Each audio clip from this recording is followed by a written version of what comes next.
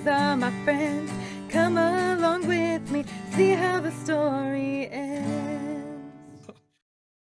Welcome back to another episode of Professional Hippies. Burn the man, some say. Not this year. Others say, you can't fucking leave.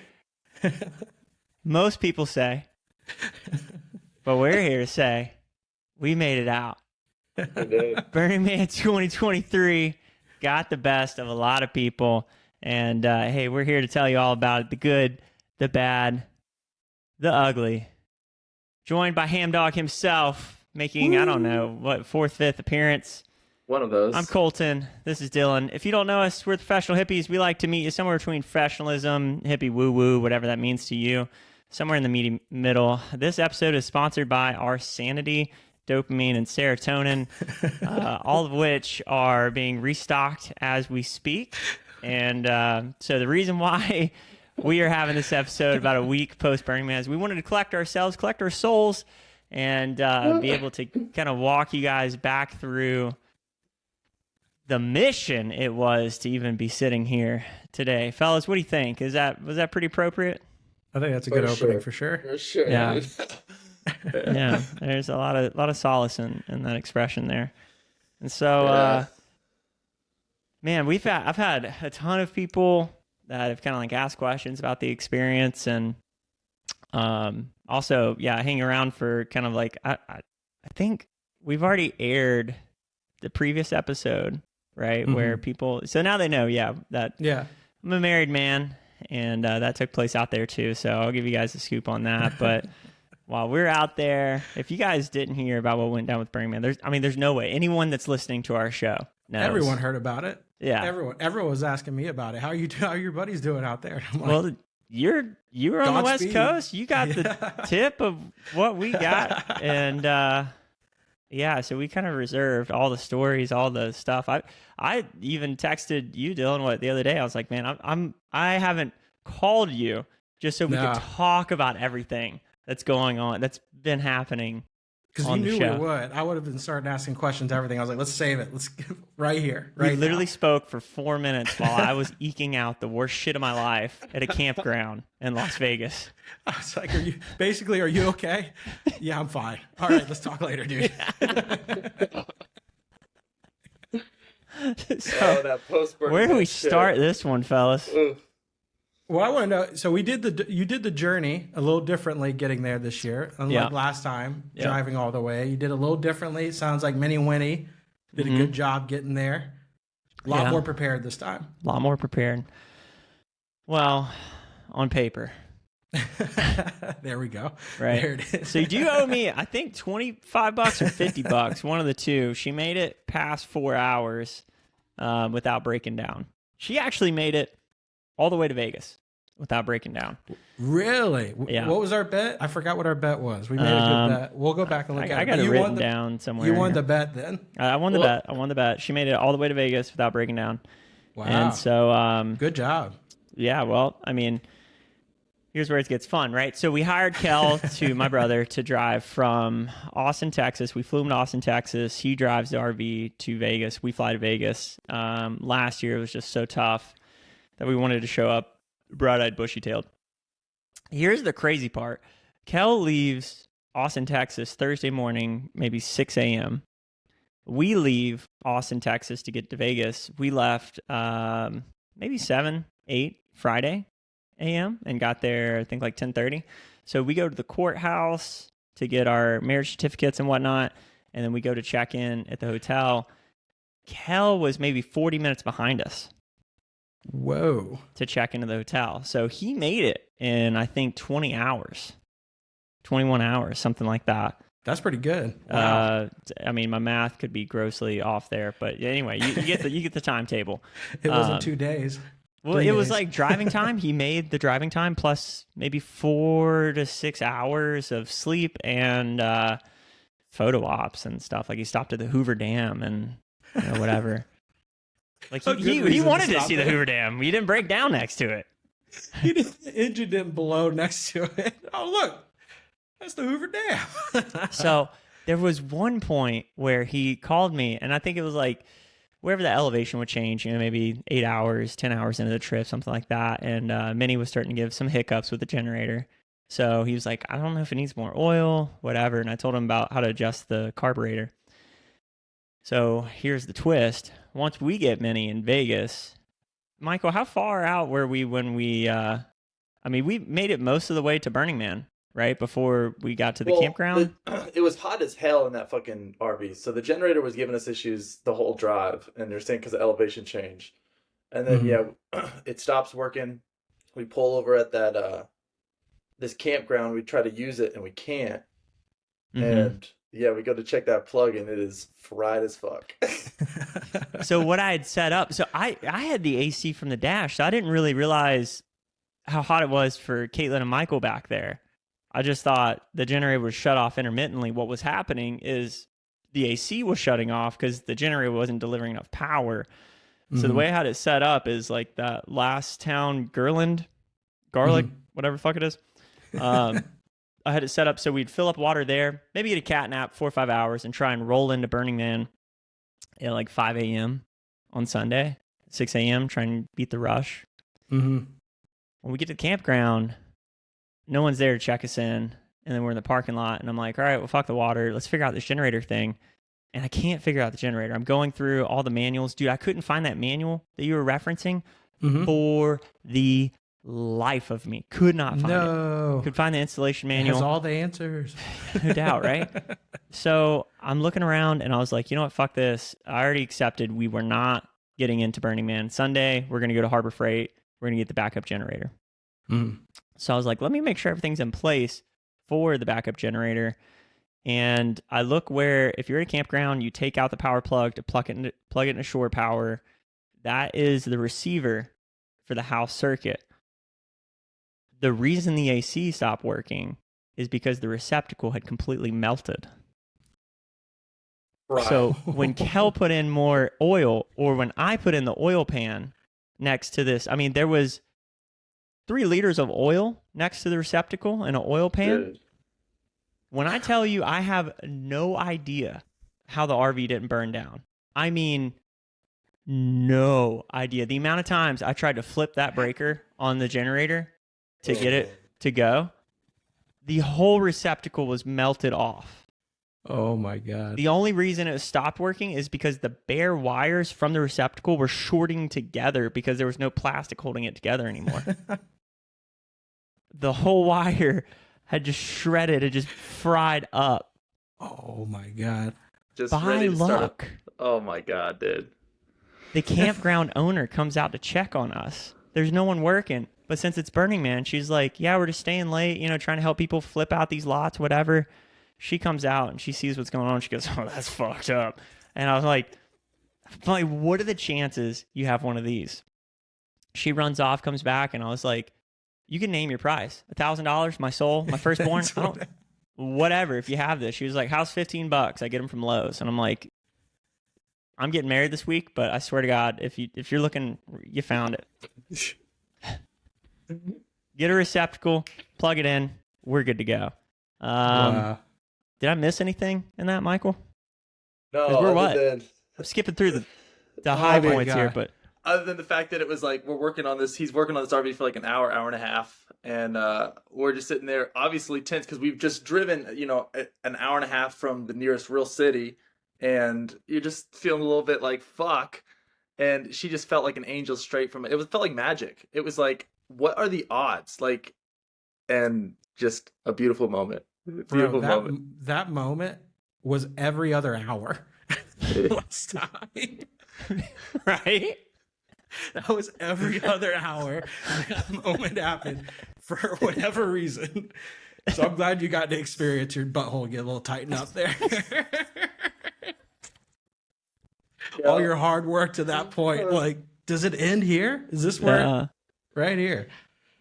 So we decided, I was like, you know what? I'm going to support local business, and Daddy needs a nap after that one. So we got a, 4 or 5 hour cat nap there, filled up on water, tore off towards Burning Man.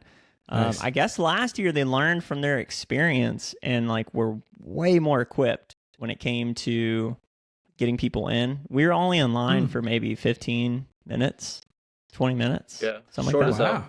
Yeah, super short.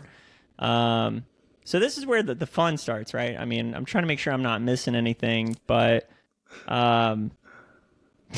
we're there all of 5 seconds, for the New Age ritual of ring the bell. It took a light suggestion for Michael to get naked, stark naked, and do a dust angel. I mean, He just said, go for it. I said, why the fuck not, dude? You've been dreaming of that moment the whole time. Dude, I was.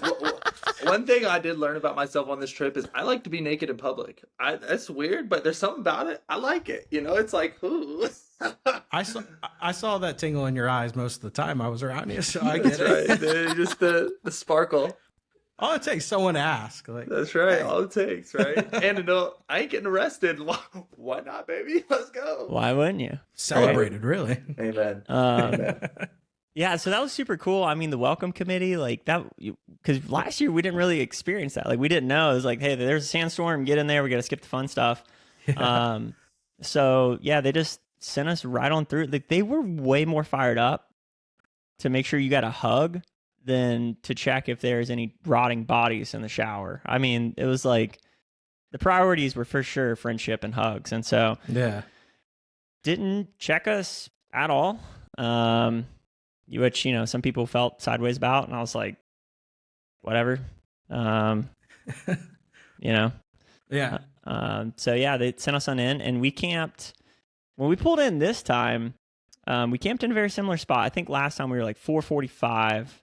This time I went a little bit further because there's an app called iBurn, which is super cool. It's got all the events. It's got a map that'll update based on everyone else's Bluetooth. So it'll show you in real time. It shows you where the porta potties were. So I drove straight to the porta potty like at 4 o'clock, and then I hooked us back in because I wanted to make sure we weren't right next to it. I saw some blue flags, and I was like, smart choice in the end. right. So we were walking distance to the porta potty. I saw blue flags. I thought that meant We this saw is also street the other- parking. Yeah. We saw someone else there, so I was like, you know what? That's the car we're aiming for. We park, set up, whatever. After we're done setting up, the chick in a blue car right there, Amber, shout out Amber. She was like, yeah, so placement came by and was like, what are you doing here? And speaking as Amber, she was like, this looked like a good spot. And they're like, you're in the middle of somebody's camp. And she was like, really? And she was like, but because we moved in and other people moved in next to her, they just moved the camp for us. They were like, God, fuck the camp. We'll just put them somewhere else, I guess. So, I guess you can reserve ahead of time if you really set it up in advance. no, that's what they do with all the camps. Like, camps get designated areas because they put all the camps together, and then whatever it's called, like free camping, walk-in camping, or whatever it's called, is what we're supposed to be in. Yeah, because So that the booklet. cool part is that That booklet that they give you No, go also ahead, gives go you ahead. where you don't have to everybody's fucking at. raise your hand. It's a podcast. Just talk. It's okay. Well, I think there's a delay, so fuck you. But there's in that booklet too, it gives you where everybody is. And one time we were looking for somebody, and it was like fucking right where it was supposed to be. And then we had to ask people around because obviously they were not exactly where they were located. So the booklet kind of was like a vague guide because probably that very reason right there. Oh, for sure. Yeah. So they just kind of, flowed with it. They didn't seem like it was that big of a deal. But the cool part is that we had, camps kind of like right around us, like right not on top of us, but at the street right there. So it was a great placement. And then we had a couple good days until A couple great everything days. just- Hold on. A couple great days. Like, holy phenomenal shit. days. I mean, Burning Did you Man. set up the carport? Yeah. Yeah. For sure. We Nice. did. And that thing was a Nice. lifesaver. For sure. Lifesaver. Nice. Yeah. Yeah. But, yeah. Nice. Because we were going to rent an RV in Vegas, and once I ran the numbers, I was like, just on the rental alone, we'll save anywhere between $1,000 to $2,000 based on what fuel breaks out to. I totally forgot that fuel is about like $5 a gallon close to Burning Man. You remember that? We were like, Yeah. God bless. So Painful. So it brought it down. So we only saved like $1,000 after flying Kel out there and all that. But the other thing is we got to bring the carport. We got to bring, multiple coolers, all this stuff from home. So like all that kind of stuff stacked up. So we saved like multiple of thousands of dollars. And then you think about once we were coming out of there, I saw all of the other rentals that were rented from like these rental companies or whatever. Mm-hmm. No shot, not a single one of them is getting back without a cleaning fee. Like there's just there's just no. You're either paying for like a premium detail, and they're still going to find playa. Like there was just there's no getting around that mud. Yeah, I didn't even think about that. But that is so true. A lot of I was seeing a lot of the videos of people getting their rentals back, and they were just covered, right? Like maybe they before the mud they would have been like, oh, we'll get it professionally cleaned and da da da. But once the mud happened, they just dropped it and were like, just. I even saw one that they got professionally cleaned. The owner was like, we know they took it to Burning Man. They told us they weren't going to, but like, this is really cool because a brand new pull behind. And they're like, we can tell that like they really, really tried. And so like, we're really grateful we got good renters. And he goes like, I mean, check this out. And he just goes on the roof and it's just playa cake on the roof. But everything else was like so perfect. They just missed. That's funny.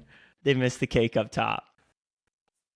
They were just like, we'll leave that one for them. That's all right. They just didn't. The detailers, so whatever, they clearly took it to like a professional detailer because like everything's like armoralled and whatever.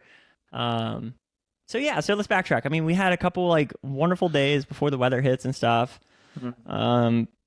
Freaking, jumping on trampolines, jumping in tubs of chickens, squeaky chickens. One time let's hear Michael. What's your whole story? Like your first time there, everything.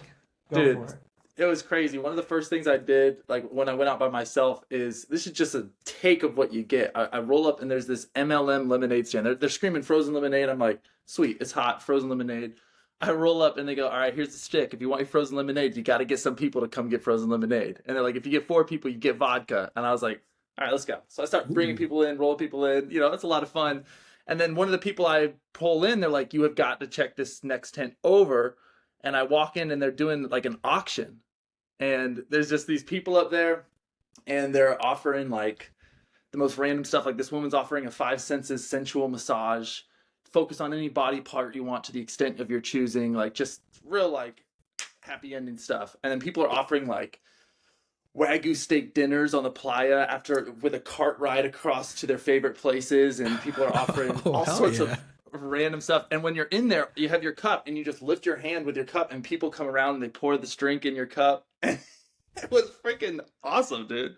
And it's just like, you just go from tent to tent and it's just the most random shit you'd ever come across in your whole life. And it was a lot of fun. A lot of fun. Well, that's the beautiful part too, is like watching as Michael was going through it. Michael and Caitlin, I mean, like Abby and I are kind of having our own experience. I had this moment where I was watching, especially Michael, like be a kid in a candy store, where it's like, if you travel and show somebody like your favorite spot, whether it's like a state, country, whatever, like you have this thing you love sharing with people, but you had your virgin experience with it, and then you show somebody else and you can really only tell them like what your favorite thing is about it. But by doing that, you kind of spoil what their favorite thing about it might be, if that makes sense, right? Like, oh, this is my favorite part of this movie. Like, watch, this is my favorite part coming up. And then you say the lines, right? The thing I realized about Burning Man is you can't really do that unless somebody's like walking lock and step with what they think you think they should do, which is almost impossible to control, right? Like Burning Man has this like imposing quality of you're going to get the thing that you need, not the thing that you want or that somebody else wants for you. Like it's going to manifest its own reality for you. And like that's completely on your own. It doesn't, it didn't matter. Like I kept catching myself being like, oh, last year this or fucking whatever. It didn't fucking matter. Because like I'm watching Michael like try and receive some of it, but there's so much coming at us at one time where he's like just holding on to fucking what's in front of him, as like some old dude with his dicks hanging out is biking by, and then some chick screaming this way is like, come do our booty Olympics, right? And then somebody's like jumping our cocks. I'm picking up a spoon with my freaking bare ass and getting freaking free drinks for it. I tell you what, that shit was awesome, bro. They pull you in. They're like, all right, we got a challenge for you. I'm like, what? They're like, do you think you have a big booty or something like that? I'm like, get the fuck out of here. And they're like, all right. Well, they skipped. There was a couple things you could pick up with your butt. They're like, the hardest thing is the spoon. If you can get the spoon, we'll give you a handful of drinks. And I was like, get out of here. So I'm trying it with my pants.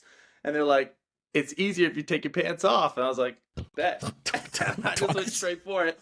But I will tell you, next time I would have cleaned that playa dust out of my ass a little bit sooner, because that shit, that shit'll rub you the wrong way. Michael is not a believer about the playa. He's like, I can wear my chacos, I'll be fine. Oh, dude. No, did you learn real quick, or did you bring anything else? My feet were good. The only thing that I struggled with was that a little bit. Playa booty. Yeah, had to get a little it's because vinegar the down dust got in. I think it's like when the dust gets in there and kind of cakes up. Right. I think that's the danger with the feet, is that it's not about it getting on your skin, because I did a terrible job showering, makeup, Same. body wipes, whatever. Everyone does, and you forget you're sweating a little bit down there, and you're doing so much walking and biking. So it's just like behind my knees, my groin, my feet, armpits. Like those were just the areas where stuff would cake. That's where I was really intentional about making sure it was clean and Smart. not like caked up. So you were basically in Michael, I'm guessing just a euphoric state the whole time. For sure. I really did feel like a kid in a candy store where there's not many times at this point where you get a real novel experience and where you're like, I don't even know what's coming. I don't even know what to expect. What? And then just being awed and surprised and damn, and then just finding yourself in a position where you're having so much fun and you're like, what the hell? And it's just random. One of my favorite parts is we're going through all this stuff, and all of a sudden we're at in this giant pyramid with a freaking sick DJ, and we're sitting in the back on these bean bags, just laughing, talking to people, and just having so much fun. I'm like, what a weird setup, But it was just, that pyramid's crazy, isn't it? That pyramid, hell yeah, it is. It's so freaking sick. So it turns out the pyramid, the first night that we were in there, I don't remember who the DJ was. The DJ that we ran up on was really renowned. Who isn't at Burning Man though, right? And then it went into vintage culture. So we kept trying to catch vintage culture for a redemption set, because last year it was so shit. Yeah.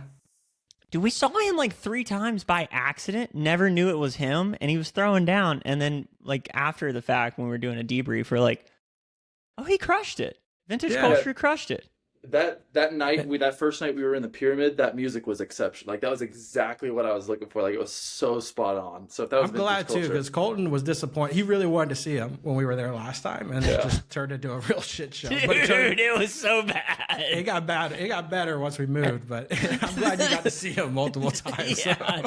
Well, I didn't know we were watching him, because we're doing a whole bunch of horse face on the bean bags, and being a bunch of whores back there. So we walk in, and I'm like, my bones are tired, and so I'm scouting a bean bag. We couldn't find them, so we're on the edge of the dance floor, and I'm like, I really want a bean bag. So I go back exploring, and me and this guy kind of lock eyes. I did the whole Christmas parking lot where you're sharking for a parking spot, and you see someone getting up, you're like, I'm getting in there. So this guy lock eyes, and he just does the, just jump right in there, man. I was like, all right, yeah. So we end up cuddling together on the beanbag. Abby comes over after a little bit. She's like, "Dude, your bitch ass found a beanbag." So then we all start just piling up on the beanbags as people are leaving. And then once you're parked and you've got awesome music going on, awesome visuals, people in front of you just grooving. What else more do you need? It's the move. It's a good spot. What else do you need? Yeah, for sure. So that was nice. And I mean, I guess, we can kind of pop around no particular order. Abby and I made, so one thing that I wish I would have paid attention to and been more intentional about was especially it being our wedding week, having the fucking awareness to be hey, I should craft more time with her, right? And be like, hey, let's go do our own adventures. And it worked out that way, right? But I just going into it, I didn't delineate that. And so we kind of like had to figure that out. And then we're finding ourselves in these journeys where, you know, regardless of where we're at, we took the mornings a couple times together, like the last, like, you know, 4 to whatever, and would go and do our thing. And one morning we made our way all the way to the trash fence because we didn't do that last year. Whoa. And so we go all the way out in playa, and we make it to the fence, and it was like this beautiful moment where there's art cars that make it out there, and you know, people setting up camps literally by the trash fence, and soaking that in was just like super cool. I had one guy, you know, because you're having really out there conversations, and I was like, I really want to get to the bottom of the Daft Punk thing.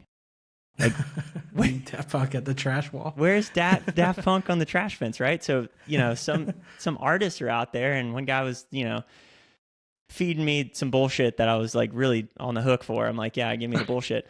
And another guy just comes out of nowhere and was like, well, you know about Guy Man?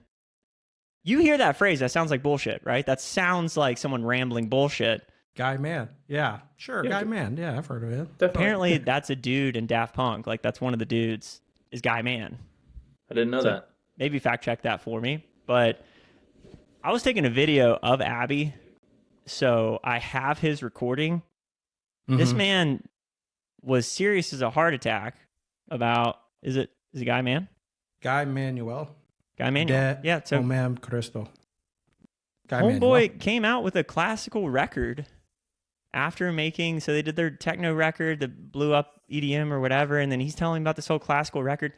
I was so overloaded, the sun's coming up, and I just like, I had to have one of those moments where I looked down and was like, are you serious? He was like, yeah, man, you should check it out. And I was like, okay, all right, cool. And another dude comes up to me, he's like, hey man, I lost my bike. Can I borrow your bike, go to the bathroom? So I'm in this like whirlwind of information, and I had to like stop for a moment and be like, hey, I'm getting asked questions. I'm getting cold information. This is a lot to take in right now. And so I just looked at the guy. I was like, dude, I love you, but no, you're going to have to check in on someone else on the whole bike situation. I'll check out the record. Abby's like, hey, did you get a good video of me? I'm like, absolutely. I was like, I just need to fucking sit down. I'm about to fly off this planet right now. So that was a whirlwind of experience. I mean, I'm kind of rambling for the sake of it, but you know, I'll tell you what, the trash vent. You want to hear a horror story? Of course. Literally, my worst fear played out at Burning Man. Like, good. 10 out of 10. And was it horror or horror? Horror, horrible, whatever the fuck you want to call it. But what I'll tell you is, you know those moments that you've heard about and you've seen play out, and you're like, that would never happen to me. I would never get caught dead in that scenario. That's fucked up. Yeah, that shit happened to me. That shit happened to me. So I'm on my way to Diplo, stoked, by the way, because who doesn't love Diplo? And I got to take a shit. And so I walk into the porta potty, and I don't have my flashlight with me, so I'm going to pull out my phone, and in the middle of the dark, I phone like a fucking movie goes right out of my hand, and it drops, and it falls right into the shit. Right, sticks straight in that shit, dude. Straight in it, so deep, and without thinking, I reach in and I pull it out, shit all over my fucking hand, all over my hand. Now I haven't had a chance to shit yet, so I'm panicking, and I'm also like really after shit. So then I like run out, and like, you know that feeling where like you're like straight panicking. You're like, I don't know what to do right now. And I've got this girl I'm in, with, and so I'm like, all right, you got to keep this together. So I'm like, hey, low key, this is my greatest fear. I'm panicking, and so I take the phone case off and I throw it in a bag and I zip it up, and I'm like, that's trash. I'm done with that shit. And then I take my phone and I fucking start wiping it down with wet wipes and pouring hand sanitizer on it. And then I'm that like, is gagging. Your greatest fear. Oh, I am, dude. I'm gagging. I'm like, literally, like I'm just like, and I can't stop it. And I'm like, and so then I'm riding back to the RV to like dispose of this. And it's this nice Mophie phone charging case, because my phone dies in a second. So it's like this nice $80 case. I just fucking bail that thing. I'm like, get the fuck out of here. You're done. I got nothing left for you. And so then I go in the RV and I'm washing the shit out of this thing and I'm pouring hand sanitizer on it. And then I'm washing it, pouring hand sanitizer in the charging port. Like, dude, just straight panicking. And then I leave it. I soak it in hand sanitizer, and I just leave it soaking in hand sanitizer. And I'm like, all right, I'm just not even gonna bring that thing. I'm going. Wow. Left your phone in hand sanitizer. Yes. I was like, bro, this thing needs a deep soaking. I can't even right now. And then, oh my God. And then all night I'm having these phantom smells. I can't get the smell out of my fucking mind. Shit on your hands, dude. So I'm like, I'm smelling my hands. I'm like, I smell it. And then I'm like asking this girl, I'm like, do you smell it on my hand? Do you smell it? And she's like, I'm not smelling your hand. I'm like, God, I can't help it. What day was this? What day was that? No, dude. It was like whatever night Diplo played it, question mark. But that is the worst. I forgot all about time that for too. that to happen. Oh my God. Oh God. So then after the whole panic, we're riding over, and I wrote to Diplo on his last set 2 songs, and I'm like, fuck. But whatever, you know. Diplo sucked anyway, so it's okay. Dude, that is a horror story. Holy shit. But I will say, jack my nervous system up enough that Lewis the Child right after was fucking lit. Wow. Yeah, but oh my God. Damn. I know that's your worst fear because you've talked about it before. I remember you saying that's my worst fear that happened. Literally, because it happened to Colton one time when we were in Vegas, and our friend drops it in his porta potty, pulls it out, washes off, and doesn't tell anybody. Just plays it off like, yeah, nothing happened. So then we're all holding his phone and with poo-poo hands. Poo-poo hands. Poo-poo phone. Poo-poo phone. Poo-poo phone with the poo-poo hands. But here's the deal. I'd much rather have my situation than yours, because you saw it happen. I mean, my friend. So that was New Year's Eve or whatever. They told me, and then I was like, the reaction I had, I was so mortified. And he's like, I was just kidding. That didn't happen. So then that's the story I chose to believe. You grabbed an ice cream sundae. You saw. I went in. I fucking pulled out. I had the mixture. If I remember correctly, you told me, thank God it didn't land in the blue water. It got propped up on the chocolate, so I was able to grab it. If it would have went in the blue water, I would have let it go. Was it propped up like you would on a charger? No. It was in about charger? it was like in about this deep right here. Oh yeah. No. So that's why I touched it, because I had to like grab it quick. It was a sinking ship, dude. No! It was up to the lens. This is the one right here. This is the guy. Oh, I would have done a trade in. 15 just came out. That's what I'm doing. You know I'm fucking doing that trade in, dude. They don't got no idea. I'll be like, here's the poo-poo phone. Yeah, no, the terms and conditions explicitly say no poo-poo phones. They smell it. They're like, this was a Burning Man. That's right. I smell the overfilled porta potties. The guy's like, no, I did eat meatloaf. This does smell like. You got any playa in this? That's nuts, dude. No, I ain't smelling my phone, but I do have playa in this hat. So that's for sure. So did y'all get bikes on? Did y'all get bikes on the way there? How did the bikes hold up this year? No, we brought the bikes all the way. Yeah. Nice. None of them got stolen, which is nice. That's nice. Oh yeah, dude. So Michael used Joe / your bike. He used it for like 3 or 4 days before he got a pedal. He just like, shout out to Michael. I gave him props on this. He didn't bitch about the missing pedal one time. It was like, nice. Dude, he was like, what do I have to bitch about? Like, you gave me a bike to use. I'm like, it was a free what bike. I was fucking concept. It's got a bar on it. Just push the bar. That's what I'm saying. But I will say, once that we rode to this bike, and he just happened to have a pedal. Like, we weren't even looking for it, and he was just like, yeah, I can do that. And he put it on. It is. I was like, bro, I didn't realize how bad my foot was cramping. This shit is real nice. Well, the thing I learned too, because I was gonna help him do it at camp, and I was like, dude, I'm for sure where the thread is going. But what he taught us is that on a bicycle, instead of it's righty tighty, lefty loosey, it's countersunk threads. Lefty tighty. I didn't know that. Mm-hmm. I don't know how the fuck you would know that. I mean, you have to really think that one through, because like, that still to me doesn't make sense, because you're foot is going forward, I feel like that would tighten it every time. But whatever. It is what it is. It is what it is. Right? And I got it. Now that bike has a new pedal, so shout out. Yeah. Hell yeah.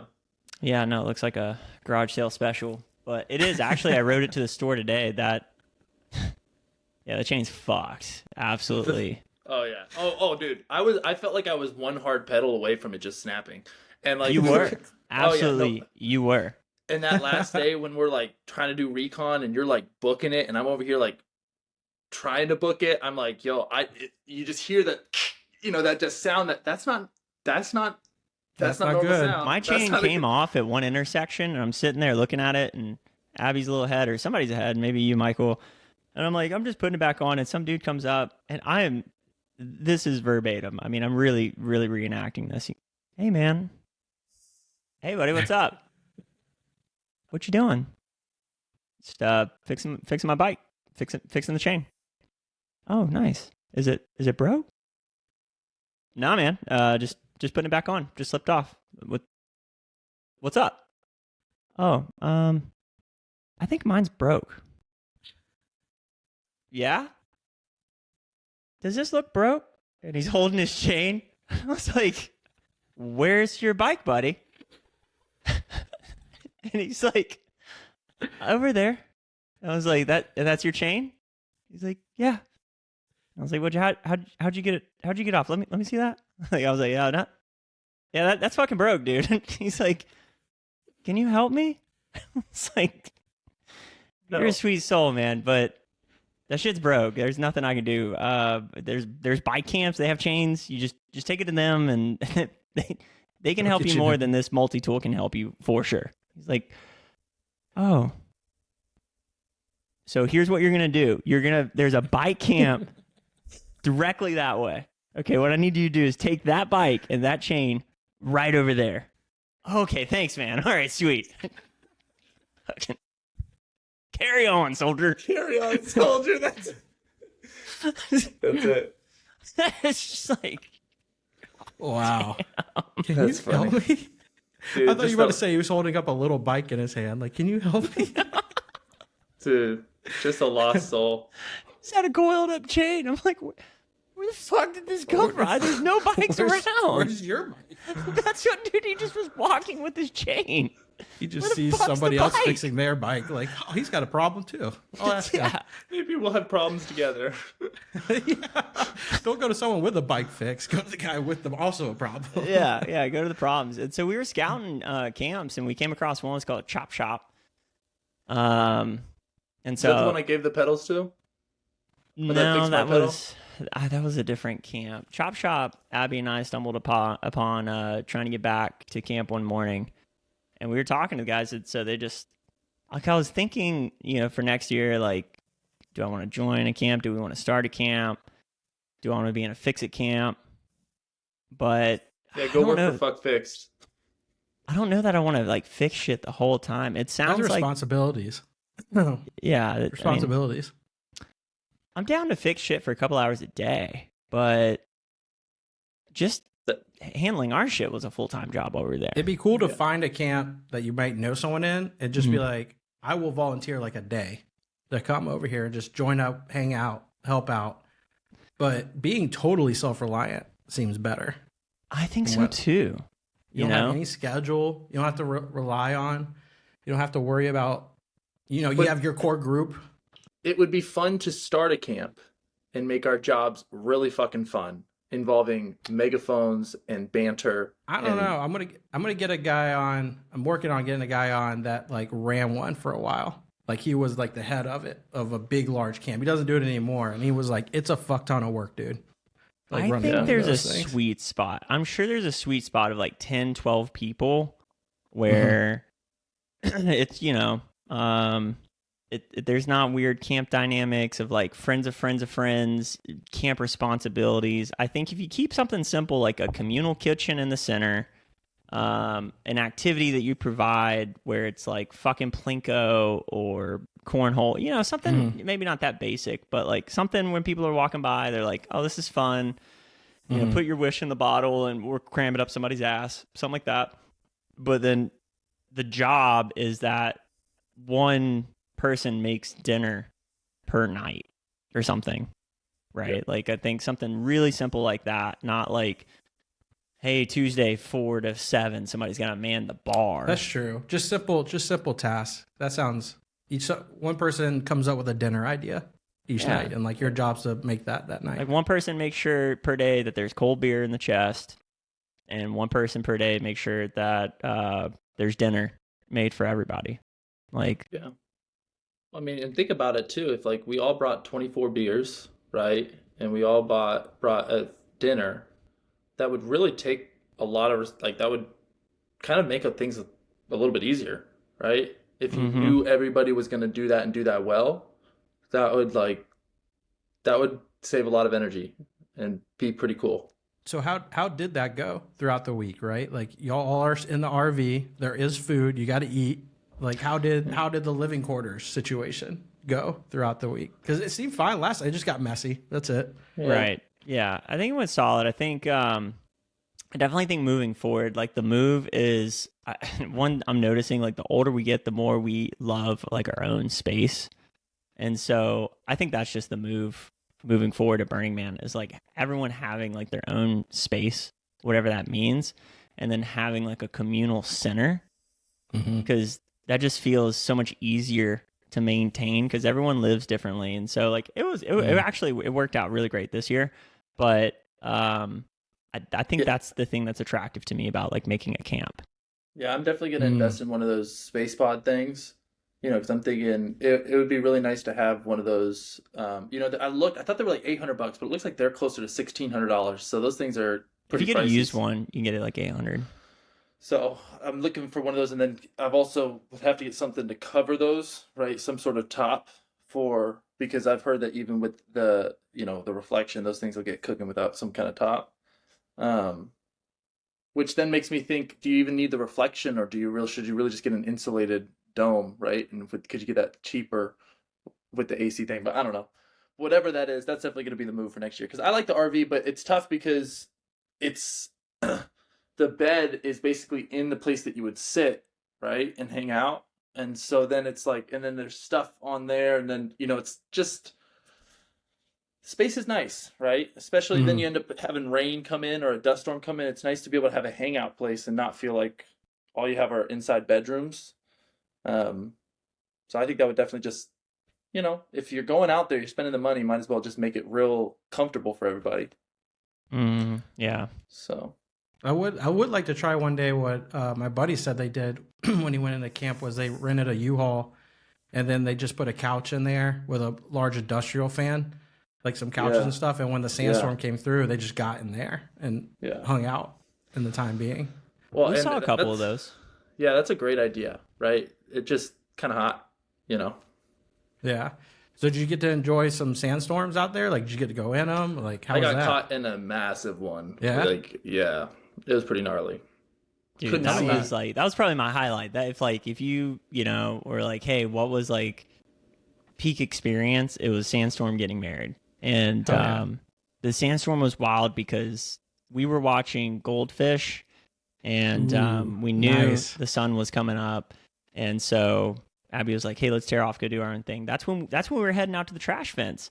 And so when it hit, I saw a storm coming. I was like, hey, get your goggles. And, we put on the pashminas and, dude, it hit and it was so intense. And I was like, this is exactly what Dylan was talking about. And it was wild because the sun's coming up. So it was like purple, orange on one side and then black on the other. And then the storm's coming through and everything just goes brown.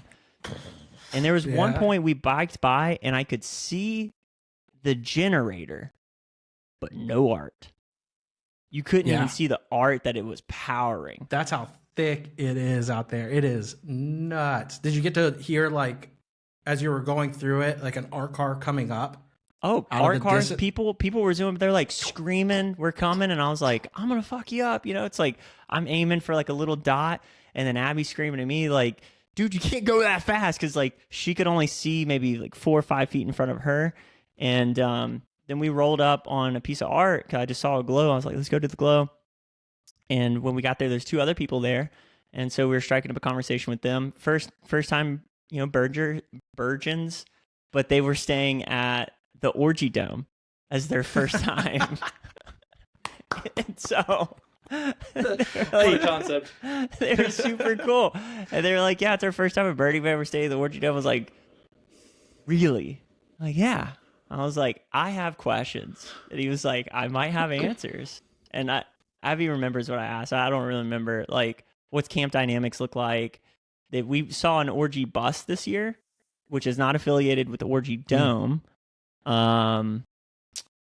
Do people go in there to fuck or just to watch? It was like a little bit of both. I'll just ask them random questions and stuff. And so they were super chill. Did not try and rope us in, which I appreciated. And then, then we just kept on biking. At a certain point, it started clearing up, and I was like, hey, before this clears up, like, I want to just... Abby's like, what do we do? I'm like, we ran up on some other people, and I was like, hey, have you been to Burning Man before? They're like, yeah, like 7 or 8 times. I'm like, you're a pro then. What direction do I go? And he was like, oh, that way for sure. I was like, okay, thanks. Just tear off that direction. So the sandstorm was unreal. It is wild. That's why it was so hard to describe to you guys what I experienced out there. I was like, dude, Joe's freaking out. Now I turned around to him and was like, this is what I want. Like, I want everything happening right now. I took all that stuff and was like, it felt like something out of like Mad Max. Like you're going through this, and you're like in this post-apocalyptic Fallout town because you're like rolling through, and there's these camps with these big neon lights, and they're like, "Come on in." There's people like partying, and you're like, it just looks like absolutely apocalyptic. Like it's crazy. But that's the wild part. So we're in Deep Playa, and then you guys were like you guys were around camps and stuff, right? Yeah. So we were rolling through camps. That's when we got the midnight poutine. So, like, we're eating midnight poutine, and then that's right when it hits. So we're, like, down, all of a sudden, you can't see anything. And so we're, like, trying to take the last few bites, right? And then all of a sudden, there's just, like, you literally can't even see the midnight poutine. You can't see the camp across. You can't see anything. We're just, like, huddled next to each other, like, all right, well, let's get on the bike and start going. And so you're just, like, literally, at one point, you're just kind of looking at the other bike, just trying to make sure that you're, like... And then just every now and then you come across, you'll see that you're kind of close to the side of the road. You're like, all right, yep, nope, that's not it. Yeah. That was my worry, was someone with one of those electric bikes just hauling ass. Like just I can't imagine the electric bikes are zooming through that, though, you think? I mean, I would, but... I mean, imagine somebody just like, this is it. Woo!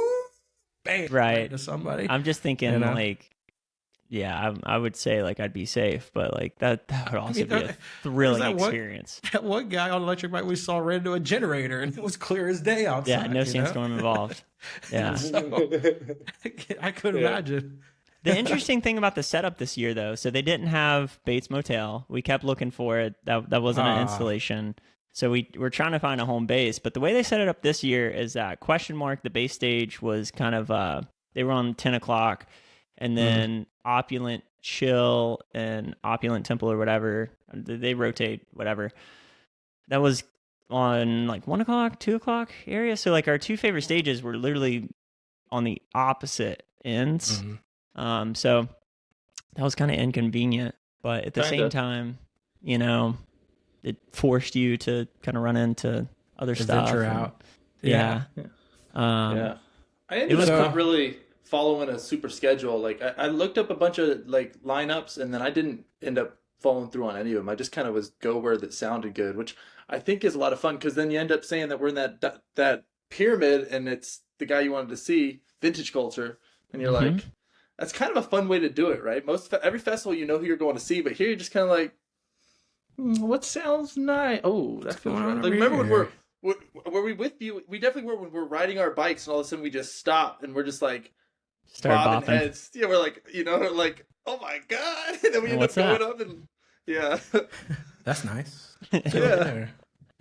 That was the cool thing, is that we, you know, I will say, Lewis the Child, favorite set of the whole Burning Man. I mean, threw down. It was so crispy and naughty. So good. I was like, so good. Yeah. Damn. And Foster Damas, I mean, he crushed it. Nice. But Lewis the Child, it was like, It wasn't that light, fluffy shit. It was like you could hear them tease, you know, because it's two people, Lewis the child. So one of the guys came out, and you could hear him tease like the light and fluffy stuff, and then we'll just chop and screw it and just beep, beep, beep, beep, blah, and you're just in it. You go, boy. You. Thank you, sir. Yes, Daddy. Yes. Yes, Daddy. Thank you. Yeah, Lewis the Child was my favorite music. That was my favorite show for sure of the whole Burning Man. At least the one I'm logical of. Yeah, I was aware of. Did you get to see Diplo in the hot air balloon, DJ? We saw the hot air balloon, but no, we didn't. I didn't know it was Diplo, and we didn't really go over there. No. Yeah. Yeah, Abby and I did. I also didn't know it was Diplo in the hot air balloon, but we did. We were there at the time he was performing. When we got there, because Abby was super hell bent on seeing that, I wanted to get cereal. We did get the cereal. We went to a camp, got some cereal. Y'all made it cereal? Did y'all get grilled cheese? Did y'all make it to the grilled cheese this year? No, you didn't make it to the grilled cheese? No! When we had the window, the queen didn't want it. And so, you know how food goes. It's like, yeah. You know. That was a mission last time. I know. And so, but there was one guy I made friends with that was like, he kept showing us these really cool camps that his buddies were in and stuff. And we started there. Then we went to Goldfish, did our little expedition. And then on the way back, we stopped in and I got some cereal. They were doing cereal, I think bacon. I never got to see the bacon and mimosas. Funniest part was I was just in a state where I was like, I need some help on the mimosa. And so I like approached these people and I have Abby's cup and I was like, hey, I need some help. And they're like, what's up, buddy? I was like, can you make a mimosa? And they looked at me like, you really need help making a mimosa? I was like, yeah. I'm like, all right. So one dude takes me up on it, walks me over the table, and he's like, all right, fuck, you got me on this one. How do you make a mimosa?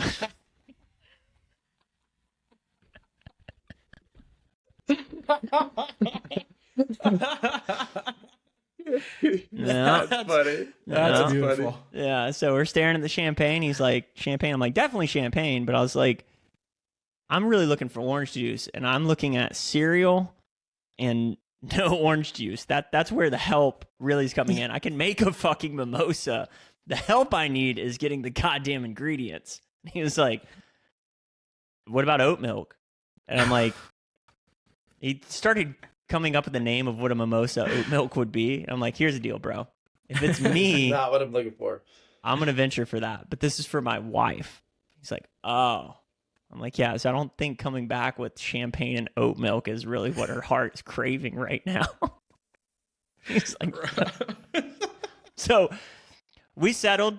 You compromise as you do. I put a bunch of champagne in the cup and grabbed a handful of Cinnamon Toast Crunch and threw it in there, shook it up, and gave that to her. That was probably good as fuck, though. It was, actually. It was really good. I guarantee. I just got some horchata for fucking the other night, and I'll tell you what, that with any kind of liquor would be. Mm-hmm. Doesn't sound bad at all, actually. I know. Yeah. I was thinking to shake it up. Good to So go. some other highlights. We got branded. Oh, what? Yeah, not real branding, though. Yeah, I wouldn't do what you think. Was it Yeah. a cold brand or something? Or It was just ink. Just ink. okay. I couldn't even get any, like, nitrogen or You cold. mean Some hard stuff. meat man out there? Meat sausage man? No meat, man. Looked That's the- everywhere for him. I mean, we covered every bit of that play. That was the nice thing about getting there Sunday. So I will say for next year, I'm not really attached to like having to get there Sunday. Like super down to leave Friday, and then if we get there Sunday anytime, cool. Because things weren't popping off wild until Wednesday, I would say. Yeah, Tuesday was That sick. seemed like it too when we were Tuesday there. was fun, but Wednesday was definitely when like holy shit, you walked out on the playa and it was fucking alive. Yeah. Yeah. Because the camps got pushed back too because the rain hit before we got there even. They had to close the playa. The same thing basically happened before all the people got there for the setup cruise is that they had rain, experienced floods and stuff. So one of the roads that we were coming in on, we tried to turn down and there was a sign that said road closed for flooding. And on the way out at like 2 a.m, because when we made our escape, there wasn't any fucking signage on the way back to Vegas about this road being flooded. So I thought, I mean, we almost turned straight into a flooded street. Like almost like one of those people. Yeah, there was no signs, nothing, and like the way the GPS was taking us down this like dirt road. Yeah. It was so easy. And I had a convoy of RVs behind me. I had like 2 or 3 RVs behind me kind of like pushing the flow of traffic. It would have been so easy to just bomb off into that water. And I turned off, and then they all hesitated, and that was a whole other funny thing. I love when you have a little convoy of people. And when I pulled into the rest area, remember when Minnie was overheating and we pulled in that rest area on the way to Vegas? They pulled in with me. We were talking, and they're like, well, you going to Vegas? I was like, yeah. And he's like, all right, man, we just thought it was good to pull over here too. I was like, all right, well, I'm heading on. They're like, we're in it together. Yeah, they're like, all right, we got back. And so we all got back in the RVs, kept carrying on.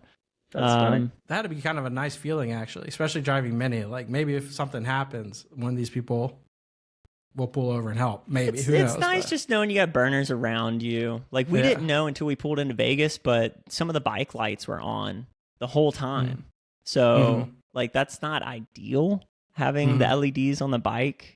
But because these people were behind us for who knows how many hours, 5, 6 hours of that drive, that might have helped with not getting pulled over. It would have been fine if we got pulled over, but you just Where are you coming from?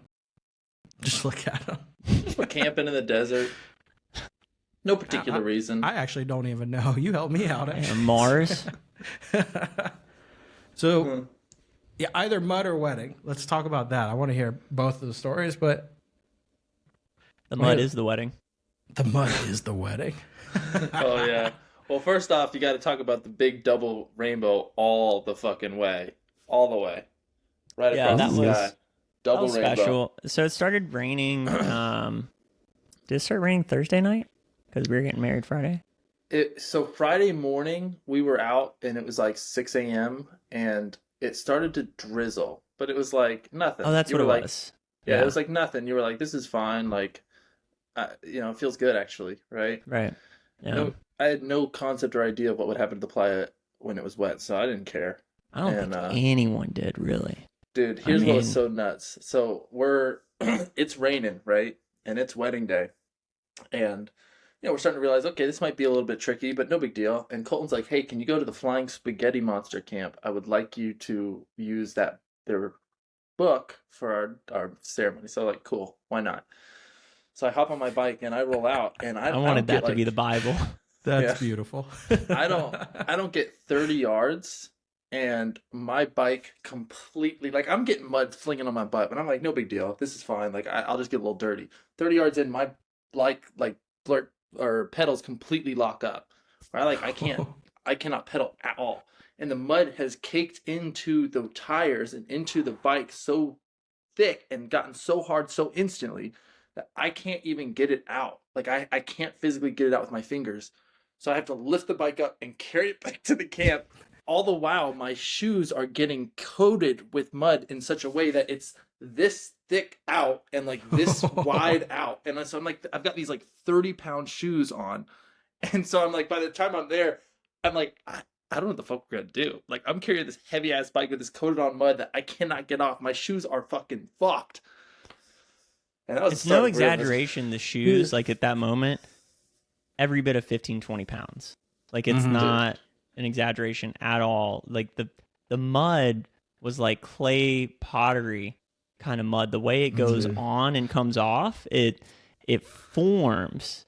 It's not even like a gel, like it's not muddy at all. It's this just like paste that sticks together and cakes up exponentially. It just doesn't, one layer stacks on the next layer, and yeah, you gain a couple inches in height. It's like fucking wild. Wow. So that's what we knew. I think that Michael's alluding to the uh-oh moment of like, all right, what are we about to do? What are we doing here? Side note, if you ever go to Burning Man, make sure to bring some extra large socks that'll fit over your shoes, because if that ever does happen, if you slip socks right over your shoes, you will walk over it like you're magic and you have the force, and nothing will stick to you, and you will literally just glide through life like it's easy. So, pro tip. In a way, I'm going to prepare for the mud stuff again, but I'm not over preparing for it because everything just gets fucked. So that was probably like 3:00, and we're scheduled to meet the photographer at 5. So 4:00 gets, everyone's butthole's getting pretty tight, and then Michael and I are like, okay, hey, something's gonna happen here. But the art piece that Abby and I picked out was this really pretty piece of these two figures. When Abby and I biked one night by it, when they were setting it up, actually, it reminded me of the moment that we fell in love. And we had our DMT experience where my soul was in communion with hers, mine being blue and hers being like this red purple. When they were setting up this piece of art, it was two pillars that were like wood planks all kind of cobbled together and had lighting inside of them. And when we went by it, it was like this red, purple, violet, and like a blue, like a deep blue. And it comes together, and then there's this iron sculpture that kind of has like arms back, chest out, and it's kind of like looking up the sky. So I felt like it was like really representative, kind of like our moment come together.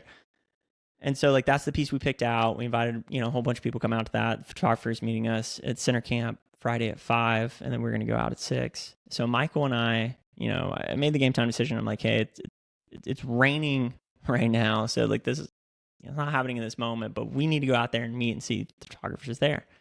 So we got boots on. We made the trek out there in boots, which was not the move. And we figured that out on the way back. Photographer ended up not making it there. Anybody else, for obvious reasons, didn't make it there. Thank God we did go, though, because we got ice. And a day prior to this, the generator had stopped working. So we needed ice for all of our food. So we got the ice like 15 minutes before they're going to close. And then after that, everyone else probably would have robbed that bitch blind of ice too, because no trucks are getting in and out. They accept Apple Pay. We didn't have any cash on us, so thank God they accept Apple Pay. You don't need Wi-Fi for Apple Pay to work, apparently. We get the ice carried on our heads all the way back, and then it keeps raining. And it was just this really dismal feeling. It was like, fuck, it was kind of this deflating, defeated moment because there was all this build, all this energy kind of like building towards this moment. And, my heart just like really broke. I mean, this is the moment that I wanted more than anything for Abby, especially. And one of the things I loved about the way she showed up in that moment was, she's feeling all kinds of different feelings. But she kind of just like put it in my hands of like, hey, whatever you think is going to be best. And, I had some stuff to work off of as far as like knowing her sentiments and what she would want. And that's just tough any way you fucking cut it, right? Like you don't want to delay it. There's something special about that day. You can only control so much. And so what I really needed from her was to understand like, hey, what freedom do I have here to take control of the situation and make decisions? Where do I need to honor emotion? And where can I just be a logic-driven man and step in and take the reins? And what I loved about what she communicated to me is I was trying to articulate some of these things, and she was the one that stepped forward and was like, hey, I need you to tell me what's going to happen. I don't have the ability. I kept trying to kind of give options, and once she just gave me like full reign of figure it out, then I could figure it out. So we'd passed on the way down, like thank the Lord that, or the Church of the Open Mind or the Spaghetti Monster, thank somebody. 7 camps down was an art car that was a chapel. And so we hit them up on the way out, touch base with them on the way back. We end up getting in touch with the guy that owns the art car, and he was like, yeah, it'd be an honor. What, at 7 o'clock, Michael? The rain breaks. A beautiful double rainbow comes out. I mean, the crispest double rainbow I've ever seen. It was so vibrant. So vibrant. It was a crazy, like, especially around the edges, it was like out of this world. It was like LED lights. It was so vibrant. Wow. And so in that moment is when I came in and I kind of just felt into how Abby was feeling at that moment. And I was like, hey, this is a sign. We gotta make this happen. So she rushed to get ready. I rushed to get ready. Everybody rushed to get ready. We were running around like crazy. It was like a miracle that we remembered fucking anything. They happened to have a photographer in their camp. She was down to take the pictures for us. The lighting, definitely could have been better. But what I loved looking back on it, it like 1000% is not the way we wanted it to go, right? But looking back on it, it was the way it was meant to be, and I'm glad we did it when we did it. It was just really hard to let go of control, and as weird as it sounds, I always felt for people that it rained on their wedding day, because I'm like, how unfortunate, but I always thought that would never happen to me. For whatever reason, I just thought, like, that'll never happen to me, but I feel for those people. And we didn't have a fucking backup plan, but I'll be damned if things didn't align the way they did. And like, you can choose to find the meaning in whatever. Like, we got so lucky that things unfolded the way they did, because it just kept raining after that. It's not like the next day was any better if we would have pushed it off. The next day just would have been worse, actually. Way worse. Way worse. So we had this moment. We took advantage of the moment. We're going to run it back next year. We're definitely redoing the ceremony. And, you know, we want to honor like our union and do it the way that we feel is the quote unquote right way, in a really pretty way. But I think at the end of the day, it's like also something to be said for just being raw and real. And that's what marriage is at the end of the day, right? Like, you're two people in love. You got to fucking make the best of what you have in front of you. And that's what we did. I mean, it was a stellar fucking time. Yeah.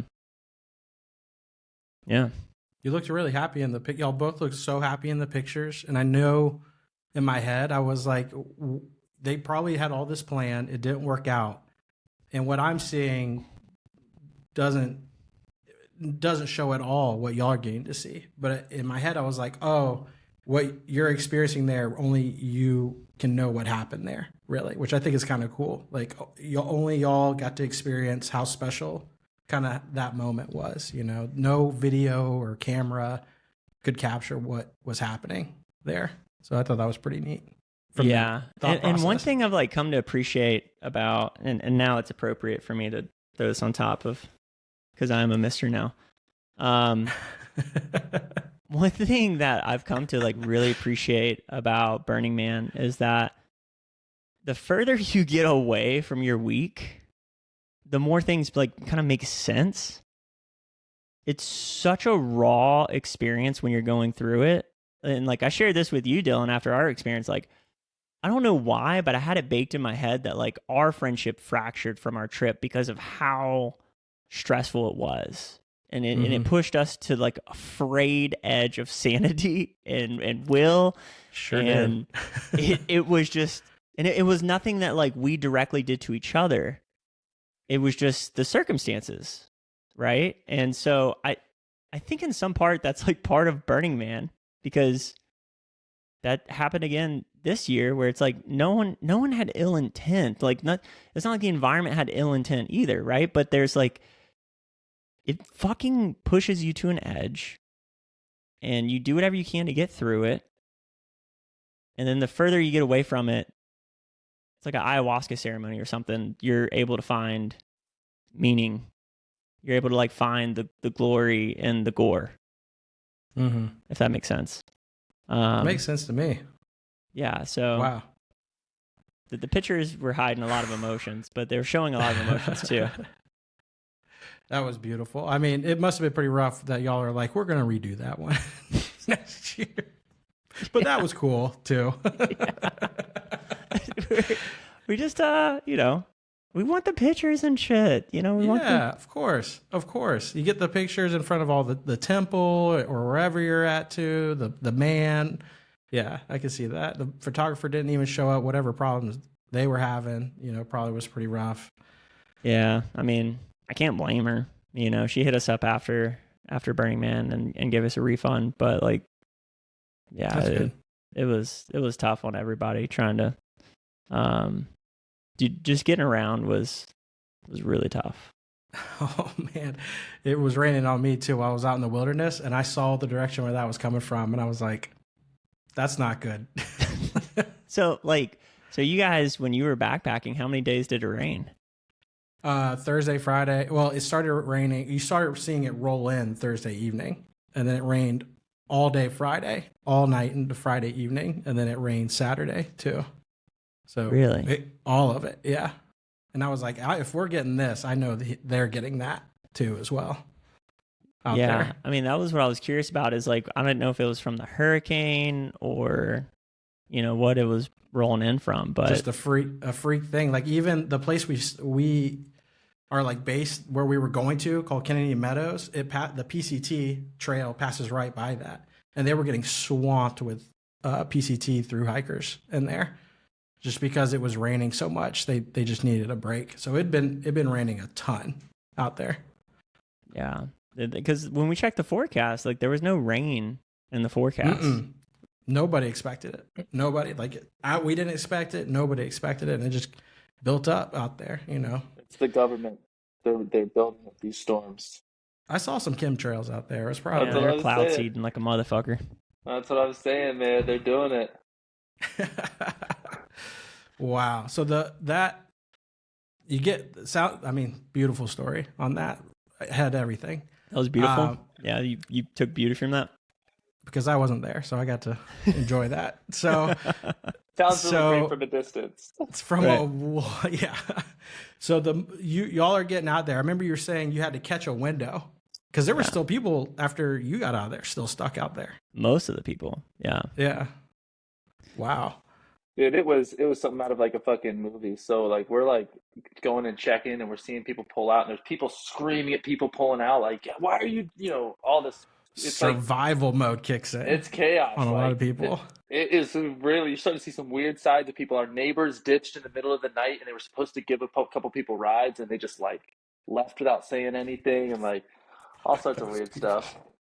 But yeah, it was crazy. So I don't know, like we've checked it a couple times. We're unsure. We're like talking with camps, trying to charge our phones. We're like, I don't know when we're gonna get out. And Colton goes and does a little recon. I'm actually dead asleep. We're taking a nap, and Colton comes back like, the time is now. Go, go, go. I'm like literally trying to figure out like what is happening, dude. He's like, get the fucking chargers. Go get our phones. They're charging. We're leaving right now. I'm like, what do you mean? So we're like, we just sprint 5 minutes. We're like on the road, and we're pulling through. And this is the craziest shit ever. This is so stressful. We're like driving this 40-foot RV or 30-foot RV, and we're going, and there's these piles of mud, these like stretches of mud, and you literally, Colton is gassing it and like slamming on the gas, and then we're just riding over this mud, and just you feel the RV kind of turn, and then it catches traction and keeps going. And I swear to God, as we're doing this, we're pulling out, and it's like something out of an RV Tokyo Drift movie. You're seeing all these fucking cars dug so deep in the mud, like so deep in the mud up to the front of their cars, where they're just totally encapsulated in it. And we got this fat ass fucking RV just rolling, cruising, gassing, going, and then just slide and then traction again. Holy fuck, dude. That was Colton grew up in the Panhandle. That was confidence. There was no worry on getting through that. Yo, you could have cut that air with a fucking butter knife, bro. That shit was so thick, it was crazy.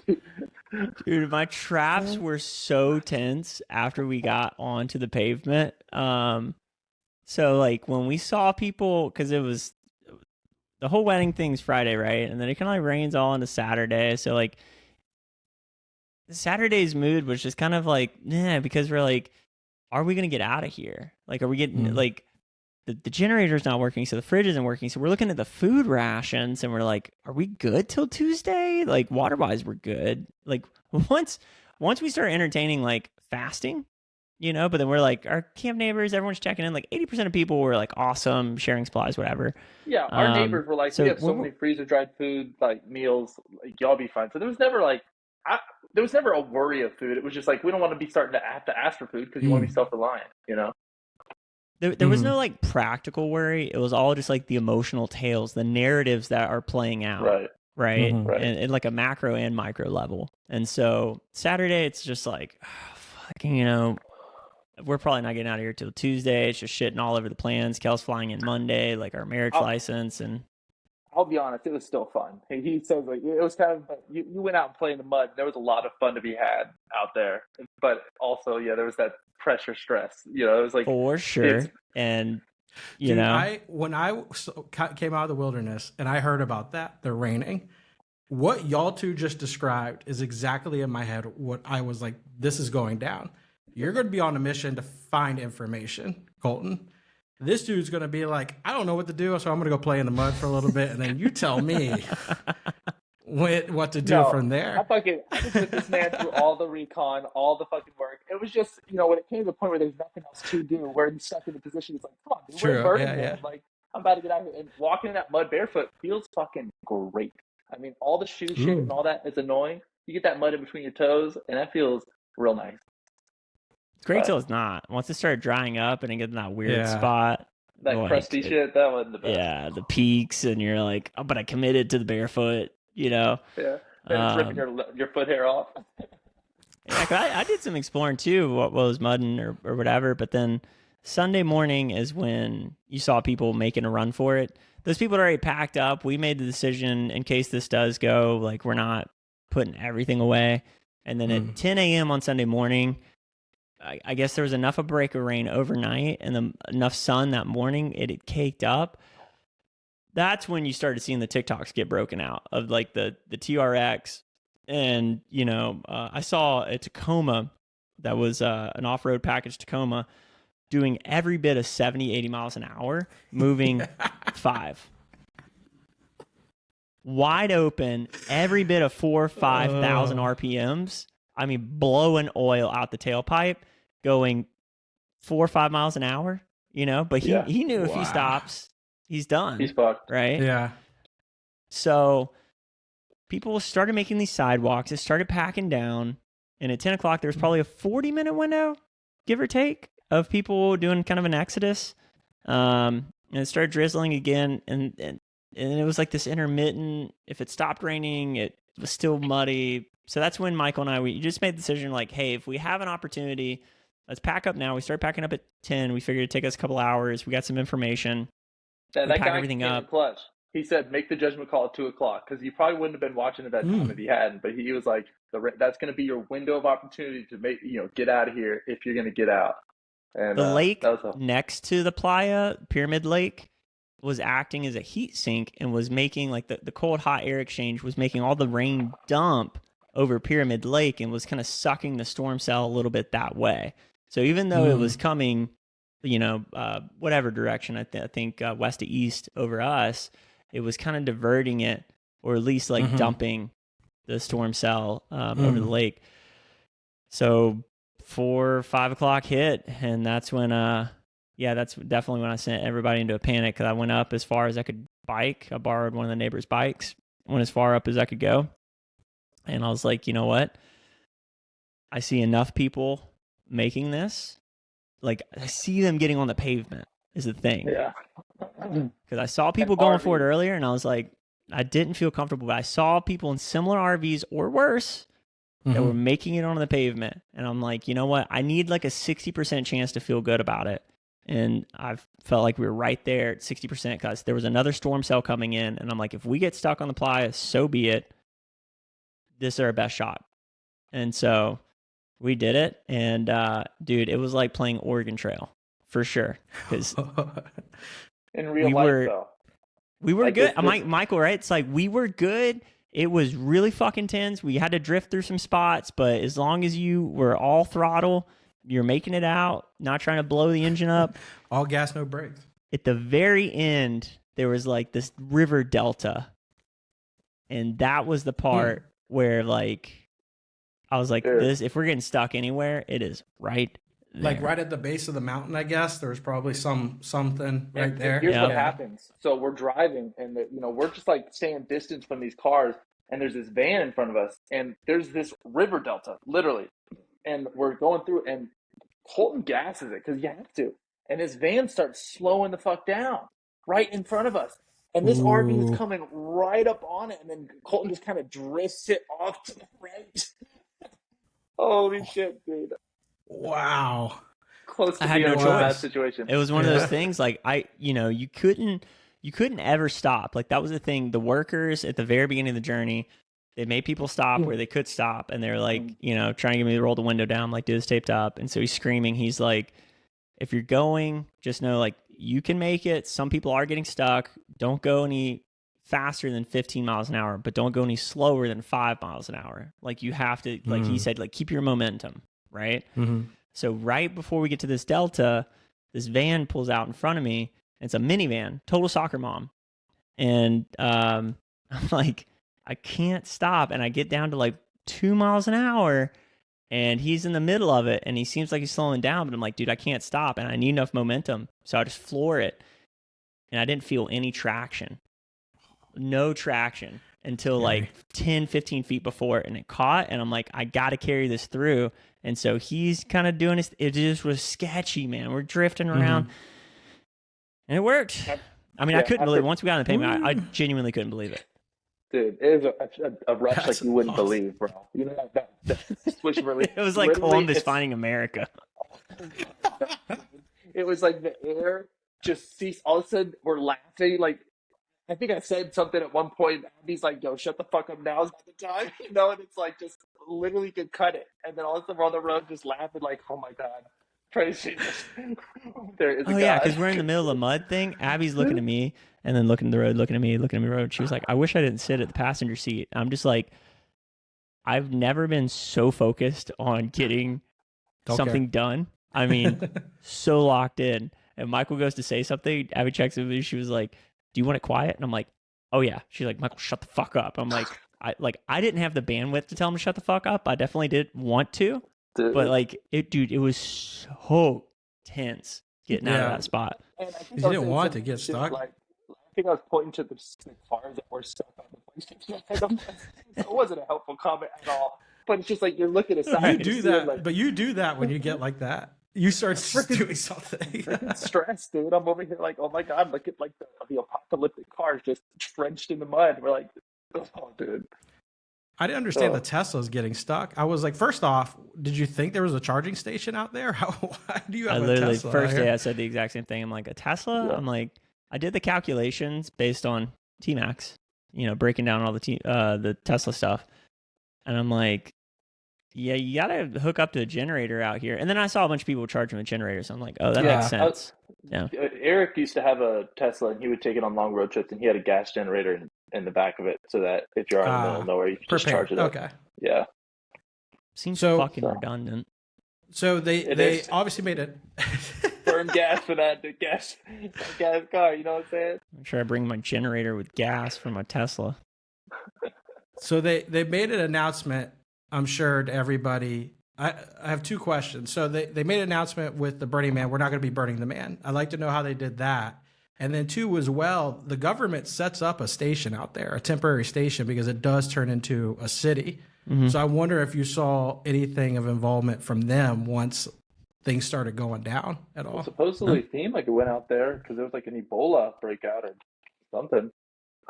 And someone was confirmed case of Ebola. The only time we saw police doing anything was there was like a rumor, and Burning Man's a rumor mill, as you know, but apparently there was a gunshot, and we did see like 9 Can-Ams fly by. I mean, that was the only way that anybody was getting anywhere, was by a side-by-side or a Can-Am. Yeah. But yeah, that was the only time we saw anything. And you see police around, but they're chill. They're just making sure nobody's killing nobody. Police presence was a lot less this year. I mean, we spent a lot less time at the stage where you got attacked by gay men, in so many words. And they seem to like really hang out there a lot. That's all they know. They're like, I know music, there's drugs. We're going to go over there. Yeah, but we really didn't see cops anywhere else. I mean, that was the only stage that we saw cops actively patrolling, aside from at 10 o'clock, and there was Robo Hart.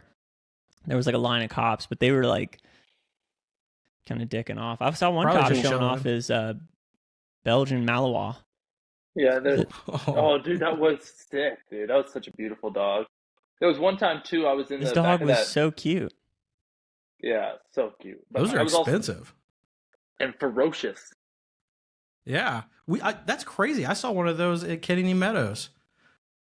That's wild. Y'all saw one, and I saw one out there. Those things are, dude. And it was so cute because we were like, "Oh, we should go pet the puppy." And I was like, "No." And then girls walk up and are playing with them. And so eventually, a bunch of hippies start gravitating towards the puppy. And I saw one guy. Or no, it was the girls initially went up. They're all timid and stuff, and he's like, "Oh no, he's fine." And so they're petting the puppy. And it was really cute Belgian Malinois. Had goggles, had some space goggles on him and stuff. And then this guy starts to walk up. No, excuse me. I remember it was another girl starts to walk up after the initial chicks had left. And she's like approaching confidently because she saw the people. The cop gives the dog a command to be on guard. When I tell you this dog flipped the script from like happy-go-lucky, life is but a ball, to I will rip your throat out, I was like, oh, god damn. Just on guard. Ooh. And then he was like, "No, I'm just playing." And he told the dog to back off, and the dog like hops back into the cop's arms and is like chewing on a ball. It's like, I'm so pretty. It was fucked up everybody in that area. It's like, fuck. Dude, that is wild.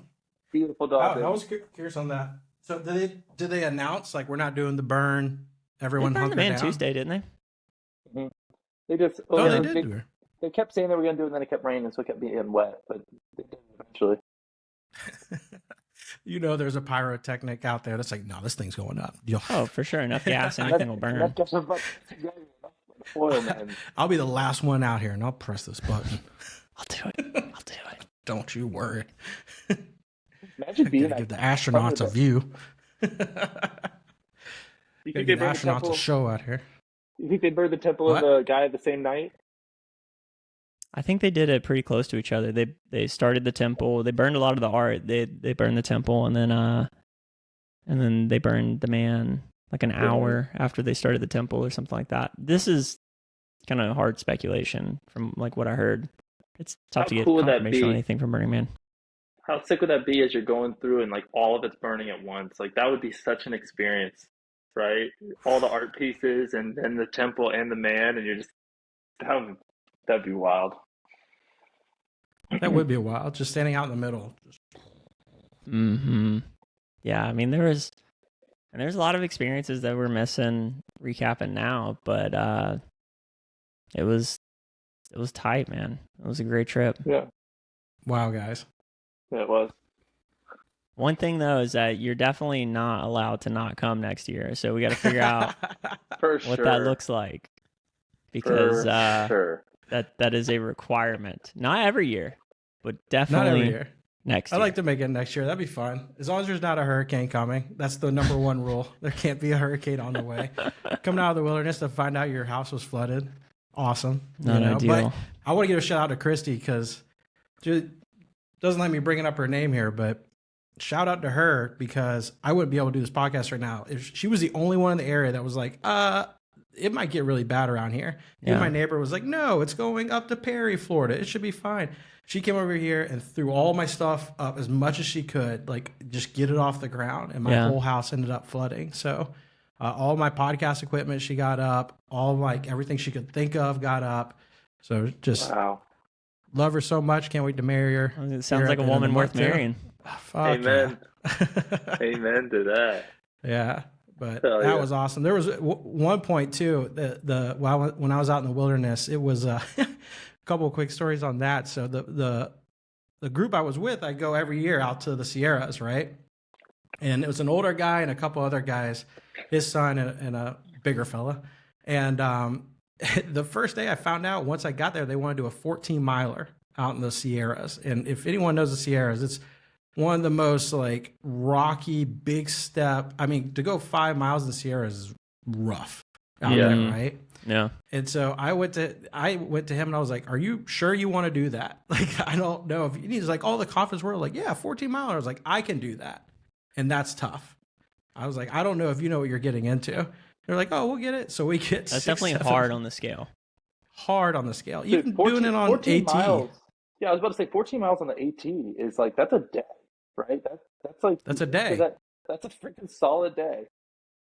And we were starting at 7 a.m. out there, right? Like we were getting out there, and I go, okay, no problem, guys, we'll do it. So we get 6-7 miles in, and they are like, we got to find camp or whatever. I was like, nope, 7 miles, let's go, buddy. And there was at one point, he was the guy, like the dad kind of leads setting everything up for us. We were sitting down chilling, and I was resting with him, and he's breathing hard, and I go, so while we're chilling 7 miles in, what was the thought process here? You tell me. Let's go ahead and think about that. And he was like, oh, I just thought we could make it. I was like, no consulting with me whatsoever, like at all. I've done this more than you have your entire life. And you didn't think to be like, hey, do you think we could do this? He's like, I thought we could make it. Okay. Just, I want you to remember this moment the next time you think like that. Okay. we ended up stopping about 7 miles in. We had a great first night. Awesome. The next few nights, the mosquitoes were worse than I've ever seen in Florida. Like, and I am not a mosquito person. And every time I've brought my mosquito spray, we've never had mosquitoes. So I was like, oh, it's this here. It was cold, maybe a little mosquitoes. Dude, I was like, at one point I'm hiking, trying to get to the spot where I need. I would slap my arm. 5, 6, 7 would be coming off my arm. So we come to find out that at night around 8:30 they kind of disappear, right? That's just the time they disappear. So I figured out how to cover myself up, and I'm sitting next to the fire just like waiting for it to go. And I was like, I could be at Burning Man right now. I could be right there right now. Like the whole time, just in my head, like I could be right there. No, that we're just, dude. For 3 days, I was like that. 3 days. Mosquitoes. One night, it was so bad. We got to one of the lakes we finally made it to that we've been trying to. My buddy, I'm hiking behind him. He has hundreds of mosquitoes on his pants and then hundreds following him. And I know if that's happening to him, that's happening to me. So we finally, on the last Thursday, right, we did 30 miles. We did a through hike through the entire immigrant wilderness. Right. So Yosemite backs up to Immigrant. So here's Yosemite Park. And you know how they say like, oh, we're not going to take you to the back because that's where it's dangerous. We were further back. Like that's where we were. So we hiked the entire Immigrant Wilderness in a week, 30 miles. We hung out at a cool spot for a couple of days. We make it to a place called Lower Relief. And it's the first night where there's wind, it's cold air, and no mosquitoes. Oh, dude, I would have paid anybody just to put me there the whole week, you know? So then, but you see the rain starting to come in. And then the second night, it rains all day. And they're like, oh no, we're not going to have a fire now. And I was like, bullshit. I go and got all this wood. I started a fire. I was like, I don't give a shit if a ranger comes up. I've put so much wood on top of this. I was like, screw California wildfires. It's raining here. And I just made a huge bonfire out there. And, it rained all day, and then Saturday it rained all day, and I knew if it was raining there, it was definitely raining on you guys. And I didn't find out about it till I got out of the wilderness. I called Christy, and she was like, "Did you hear about what's going on at Burning Man?" And I was like, "Oh no, and then she goes, "I'll tell you a little bit later, but I would check it on when you get the chance." I was like, "Okay." Yeah. So there was, but once I found out my house flooded and some other family stuff, I was like, all right, I'm glad I didn't go to Burning Man because I had to go deal with that. But man, that thought definitely crossed my mind a couple of times while I was out there. I told the guys when we were sitting there, we were sitting around the fire, and I was like, I just want to let y'all know I chose y'all over Burning Man. I was like, I just want y'all to remember that. But Don't feel good. I'm not trying to dictate how you feel. But this is how I feel right now. There was one time my buddy was a bigger fella, and he was struggling trying to scan through a mountain. I was waiting on him, like, no problem, man. But I was getting bit up by mosquitoes, and he goes, I would rather stop and get bit up by mosquitoes than the way I feel right now. And I went, peace. I just left him. It's like, you know where you're going? Keep going that way. You'll run into me. I ain't dealing with this at all. So you didn't pack any bug spray? No. It was the only time I've never packed bug spray. It was the one time I've never done it. And I had to wear like 3 layers so they couldn't bite through it. By the fourth day, someone had a bag there that was sitting there, and he ended up hiking like a old PCT hiker, and he came. He's like, I found this like mosquito net, and I just swiped it out of his hand, put it on. I was like, this is mine, and I still have it. I was like, I'm not leaving this place without this, dude, for sure.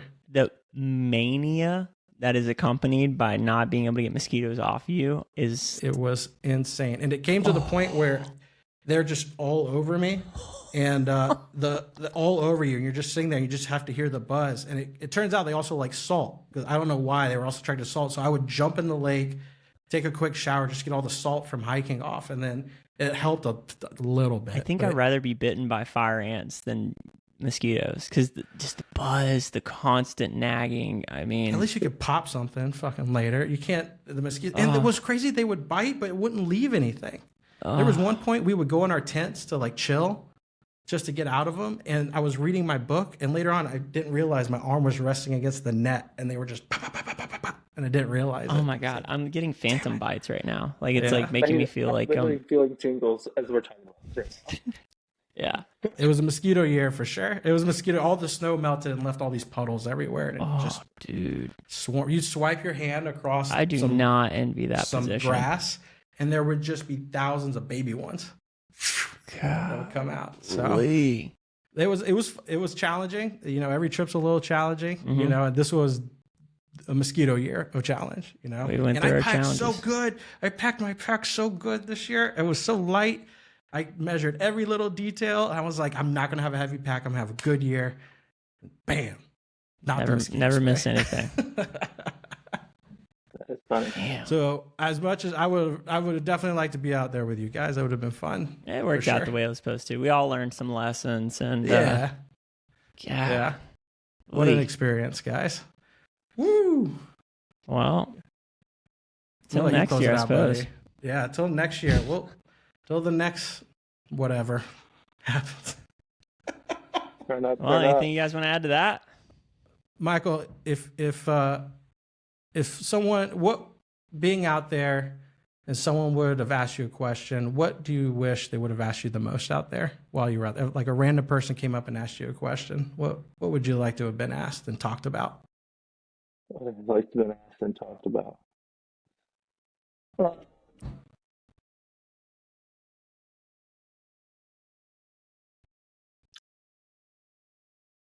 Where the fucking meat man was, I don't know. Honestly, I think I had this desire to get a massage by like a bunch of different hands at one time. And I was like looking to see if there's any massage camps. Didn't happen yet. So I wish somebody would have asked me, hey, do you want to massage by a bunch of different people at one time? That would have been pretty sick. Mm-hmm. Well, you heard it here, folks, from Doo-Doo Hands. He wishes he would have gotten a massage out there for some other hands. I also wish I would have been asked to go for a naked bike ride, because I just was going to do it, and then the mud happened, and then it didn't happen. So next year. The mud robbed a couple experiences. That's a surefire shame that didn't happen for you, buddy. That's all right. Next year. Well, if you have anybody that is curious about themselves, check in on them. But if you think this podcast might be good for them, send it their way. Hey, that's our experience at Burning Man. That's our experience on the West Coast forest. And lordy, look who turned 40. Hey, we love you guys. And next year, we'll bring back some more hot content and some... Bring it back. Run it back. Well, run it back. That's all we got for you, folks. Till next week. Peace. Peace. Bang, bang.